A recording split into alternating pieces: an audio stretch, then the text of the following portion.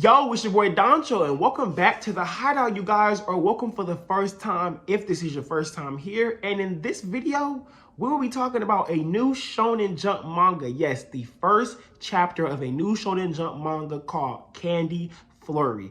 I already know what some of you are thinking. If this is your first time being here, you're like, Candy Flurry? Danchou, you're here to talk about something called Candy Flurry? Yes, I'm talking about something called Candy Flurry. And some of you may be clicking this video because you're interested in Candy Flurry and you're excited to see someone talking about it. And that's me. I am so excited that you're excited. And I'm so glad you guys are here. I really love this first chapter. I'm so excited. This is probably the first chapter since Jujutsu Kaisen of a manga that I read in Shonen Jump and was like, okay, I'm going to have to cover this from the beginning, okay? I'm going to have to make sure I'm here for all of this, all right? And that's exactly how I felt when I just read this first chapter of Candy Flurry. I found it fantastic. I love the concept. I love the MC, and it's a female, so here for this. I love the art style. The art style is so unique. It feels smooth. It kind of has this shoujo feel to me a little bit, but still feels shonen. It's just really cool.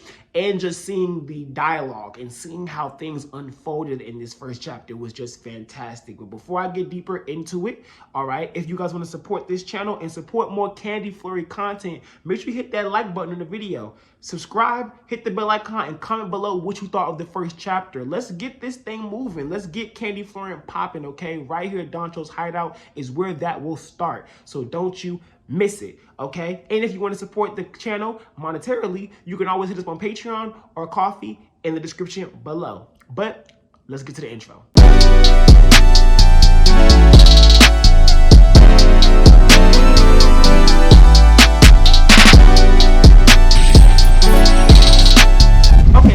Candy Flurry is this new Shonen Jump manga, as I said, and bear with me because I still haven't got all of the characters' names down yet.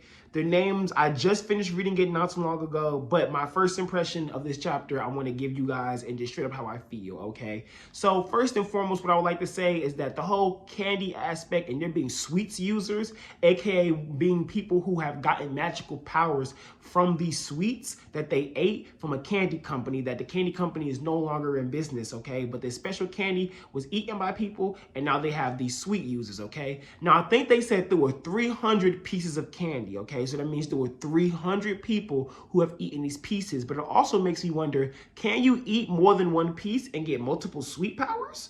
I'm interested, I'm not entirely sure.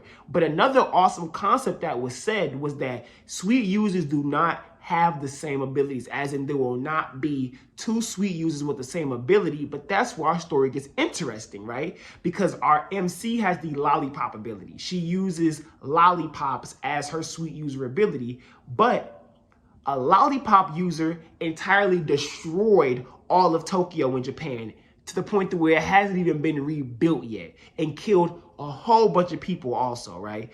But our MC is apparently not the person who did this. She even claims that she's seen who did it disappear that day. So she's been on the run this whole time, but more so been in hiding because there's this special police force called the Rokata, if I remember that correctly, that is the sweet user police force that goes after sweet users, right? So she's been hiding from them, trying not to get caught up by them so that she doesn't get in any trouble for what someone else did. Because they find out she's a lollipop user, they're going to automatically say she's the one that did it because there's not supposed to be anyone else using lollipops.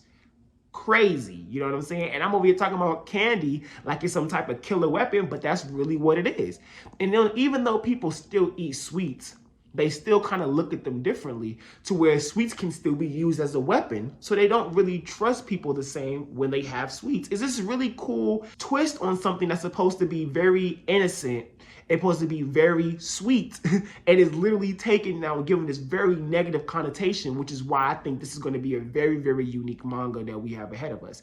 And it's two mangaka for it, one doing the story, one doing the art. So I think that if these two mangaka can work together and really get a good concept going on, Candy Flurry is going to be fantastic. Another thing I would like to point out is the comedy. I genuinely found myself laughing at multiple moments in this manga. So if this manga is going to have genuinely funny moments like this, but with very, very serious undertones, I'm all for it. Because even with this candy aesthetic and everything seeming so bright and colorful, and you can imagine how colorful it will be in an anime, there's going to be these really, really dark undertones with death, people using sweets in the wrong ways. The power system of sweets seem to be very complex and not to be looked at simply. You even have the one Ricotta member that we meet, if I'm pronouncing that correctly, the one member that we do meet, he takes his job very seriously, and we already have a small look into his backstory where he witnessed the destruction in Tokyo, which gives him the drive that he has as that police force member, and why he takes his job so seriously and takes rules so seriously. So we're already getting so much development for characters that we just met in chapter 1. The mangakas have really utilized the 55 pages for this first chapter very, very, very well. And I have a lot of questions. Like, I wonder, who was the person that used the lollipops? Did the company that made these candies do it on purpose, or was this an accidental experiment? Is that company still around in any type of capacity, hidden in any way? Even if they said they no longer sell them, are they still around doing anything else? You know what I'm saying? Is it really 300 users, or is it less, like I said before, where you can eat more than one candy and have multiple sweet powers? Okay, and can anyone have a sweet power? Like, was there some people who ate one and couldn't get powers, or did everyone who ate a sweet candy get a sweet power, become a sweet user, and now you have the criminal sweet users, you have the police force sweet users, and do you have now like the MC, the just general population sweet users who are just out there who kind of keep themselves hidden, you know? So now I'm wondering just how deep we're gonna go into this. And even just seeing the dude use donuts in the way he did, as donuts being one of my favorite sweets, him using donuts to throw them over and use people to lock people up, him expand his body and all type of stuff using donuts, it really makes me wonder, what is our MC going to be able to do with a lollipop? Is she going to be able to summon multiple and throw them like projectiles? Is she only going to be able to use a lollipop as a giant hammer or a sword and like swing around with it? She spoke about how when she watched the lollipop user do what they did in Tokyo, she just saw a whole bunch of lollipops raining down from the sky. So it makes me wonder, did this lollipop user be able to take lollipops and just drop them down? Did they just take a whole bunch of multiple ones and throw them downwards? There's a lot of questions. And they even show that they left the lollipops there.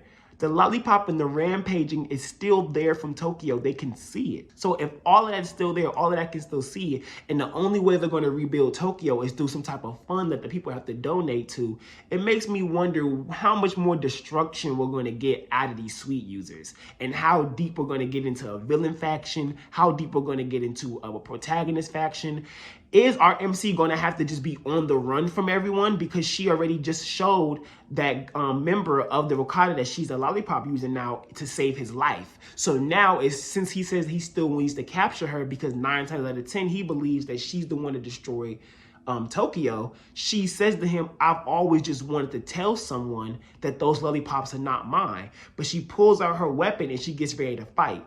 I love that our MC, a woman, girl, female MC, is just so mentally powerful, yet you can still feel her emotions. You can still feel that she feels a way about all the things going on. And I'm just really excited to see where her character goes and how we learn more about her. Already I can see Candy Flurry about to dive in a whole bunch of symbolism, fool us thinking things are sweet, pun intended, when it's really not. Just doing a whole bunch of cool things that a series like this, because it's so unique looking, that if it adds all of these factors, if it adds the underlying darkness to it, if it adds really cool power system and makes the sweet users really, really interesting, if it makes the characters really interesting, if it makes really, really comedy jokes and really gets everybody laughing, I am just confident that Candy Flurry is going to be another Shonen Jump hit if it continues to do things it's doing, and I can't wait to see an anime of it already. But I would love to see what you guys think about Candy Flurry. please comment below everything that you think. Anything that you think I should have mentioned and you would like my opinion on, bring up, and I will always comment below and say something.